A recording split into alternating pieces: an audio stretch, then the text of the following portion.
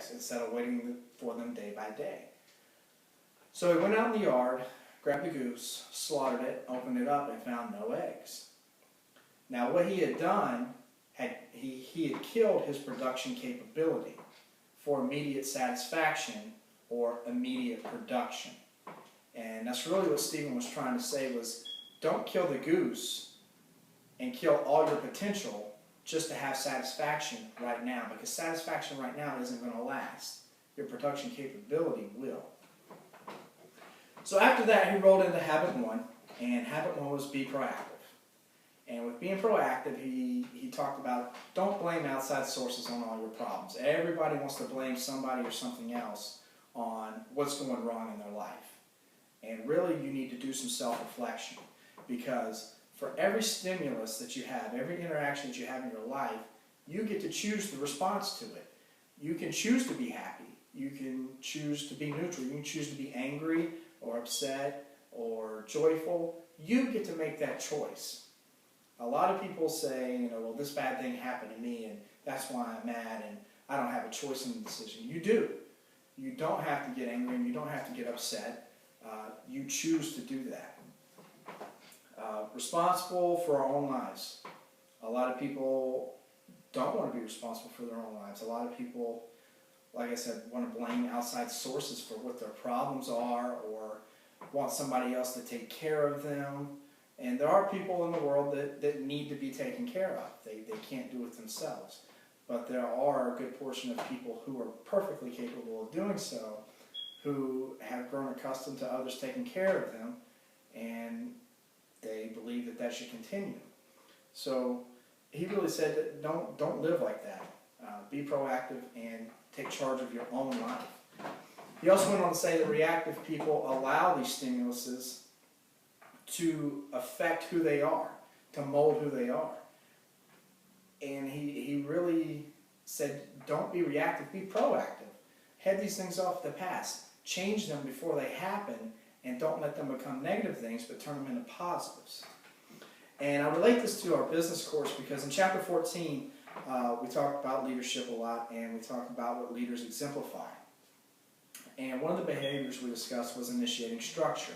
In initiating structure, you're being proactive in setting goals, giving directions, setting deadlines, assigning tasks, things of that nature, and being proactive on the situation. They're very proactive, and that's what a leader should be doing.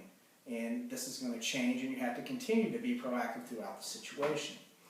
Also, in chapter 15, we talked about discussed fundamental attribution error.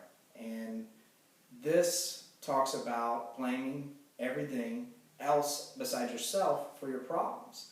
And that all goes back to that inside-out look where you need to look at yourself and see what's going on in the world and what's going on with your problems and your interactions, and really assess yourself. So after that, moved on to chapter 2, habit 2, begin with the end in mind. And this is, he wanted to call this your mental creation, mentally thinking of the plan. And when you're doing this, you want to know where you're going. You want to know on that map of your values and principles of where you're going. You want to make sure that you're on the right map and taking the right path. And you can only do that when you think about where you want to go. Because you know where you're starting. You're already there. You got to think about where you're going. And we related this, well, I related this back to our business course in chapter 14. We talked about strategic and visionary leadership. And that's exactly what that was talking about. Strategic and visionary leaders think about the future. They think about what's the end goal? Where am I going? And how do I get there? And they're really good at assessing problems that are going to come up before they get there, and they can deal with them before they actually even happen. So that was habit 2. Begin with the end in mind. Habit 3 was put first things first. This is the physical creation. So habit 2 was a mental creation. Habit 3 is a physical. This is actually putting it into action. We're now walking down the path of the map and figuring out where we're going to go. Well, you should already have that figured out. You should just be following that plan. You're employing the vision of the habit and really just taking that mental creation and putting it into action. And Stephen said successful people do things that unsuccessful people are not willing to do. This may seem pretty common sense, but it's the truth. Unsuccessful people will complain and gripe and not get the job done. Successful people are going to head into the charge, they're going to go into it, and it may not be fun, it may not be what they're wanting to do, but they're going to do it because they know what the end game is, they know what their goal is, and in order to get it, they have to do this task. And he really talked about focusing on important activities. People want to get caught up in all the unimportant stuff in life. They want to get sucked into the TV or playing video games or things that just aren't important in life. And you should have time to relax. You should have some time for those types of things. But there are individuals in the world that's what their life revolves around, just doing unimportant things that are not going to advance their values or principles.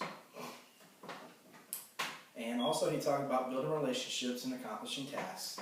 And he talks quite a bit more about building relationships later on in the book. And I related this back to our teaching in the business course, Chapter 4, Ethics, and Chapter 14, Leadership. And you really have to hold yourself accountable ethically. If you're constantly breaking your own values and principles and your own ethics, things are never going to go well. So Chapter 4 talked completely about business ethics and really how people practice those or really don't practice those sometimes. And Chapter 14 talked about leaders and how they're self-motivators. They're constantly not waiting for the problem to hit them. They're going to go out and find a solution before it gets there. So, and tackle those things. So habit 4, think win-win. And with this, we were talking about setting up a paradigm that accomplishes everybody getting what they want. And it took me a long time to bite off on that because I'm under the thought process that it doesn't really work too often. But if you really try, both parties can get what they want. And in some cases, or at least the goal, is that both parties get more than they wanted in the original situation. But he talked about the different kinds of ways we interact, and an example he gave was give reasons. If you want your people to cooperate, then give them reasons to cooperate, not to compete. And he talked about one time he went into a car dealership, and the owner of the dealership was having a really hard time getting his personnel to interact and cooperate. And he said, I'm giving them rewards, and I'm giving them reasons to cooperate. And Stephen asked him, well, what are you doing? And he showed him this board where it was tracking everybody's sales and what they were doing. And at the end, there was a picture of the Bahamas. And the reward was that whoever got the most sales was going to get to go on this trip to the Bahamas. Well, Stephen asked him, are you encouraging them to cooperate with this, or are you encouraging them to compete against one another? And the more that the dealer thought about it, he started to understand what Stephen was saying, and that he wasn't rewarding them for working together. He was rewarding them for working as individuals. They weren't going to work together because working together was not going to get them that trip to the Bahamas. Working as individuals would. So make sure you set up things how you want them to be done. If you want people to cooperate, set up rewards that are going to make them cooperate. And he went to talk on about the different ways that we interact, and there's win-win, we've already talked about, mutually beneficial. Win-lose, meaning I'm basically bullying you, and I'm going to win, and you are going to lose, and that's my end game. We have lose-win, where I give in, and I give you everything that you want. There's lose-lose, where we both lose, neither one of us gets what we want. There's win, where I get what I want, exactly what I want, and it doesn't matter to me whether you lose or win, or whatever happens to you. But there was another situation that people don't really think about that Stephen wanted us to keep in mind, and that was no deal.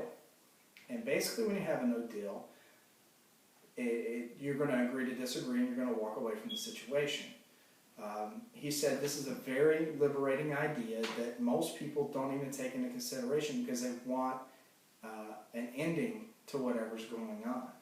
But if you keep no deal as an option, it gives you a lot of liberty in discussions to be able to just walk away instead of forcing things and maybe not getting exactly what you want out of that interaction.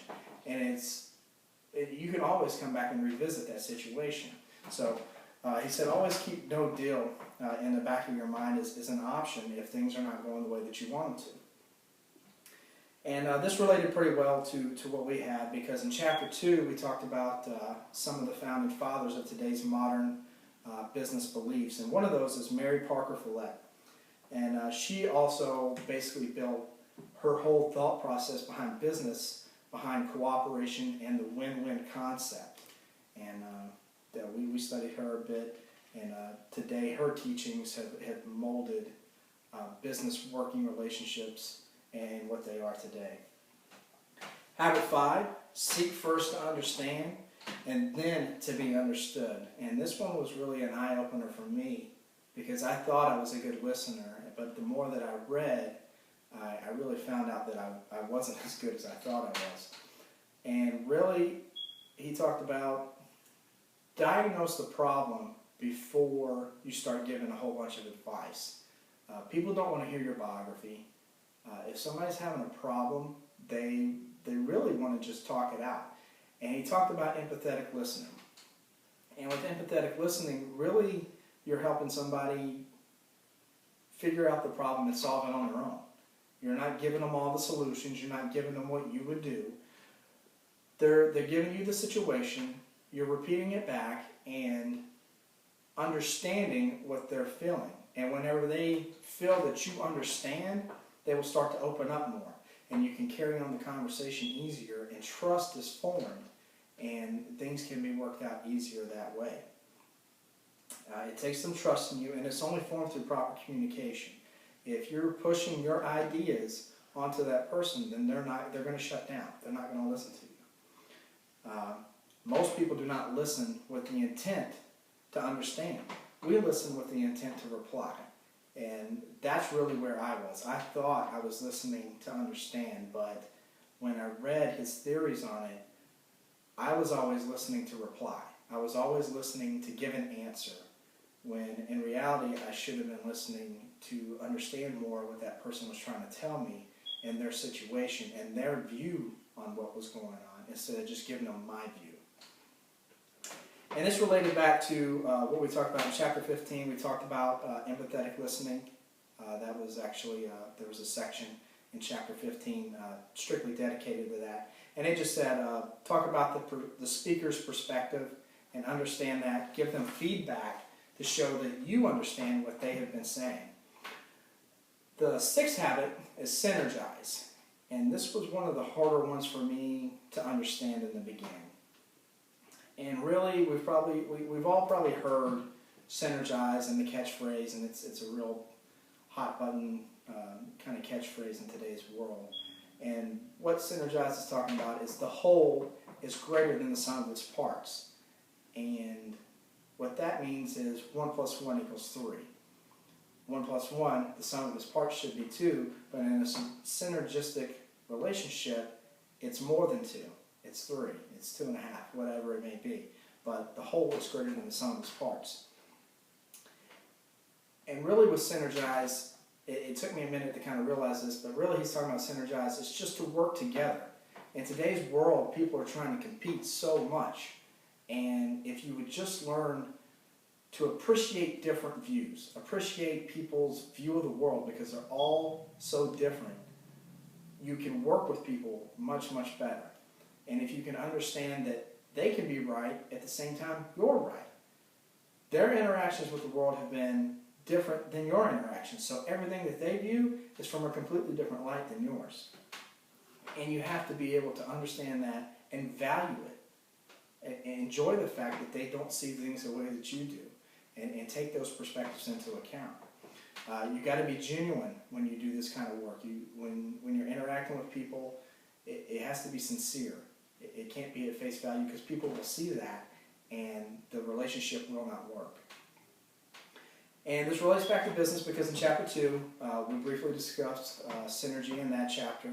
and the ability to produce more than the sum of its parts, and how we get to that situation. In chapter 14, we discussed participative leadership.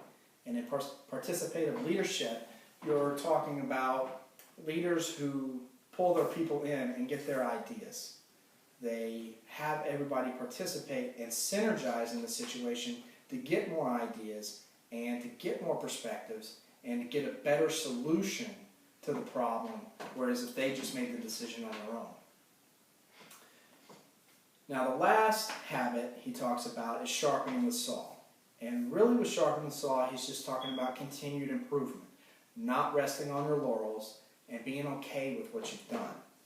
He said there's 4 dimensions of self: physical, mental, spiritual, and emotional or social. Now, physical, we're talking about eating, physical exercise, taking care of your body, things that are kind of at the forefront of our mind throughout our lives. Spiritual, he was talking about your core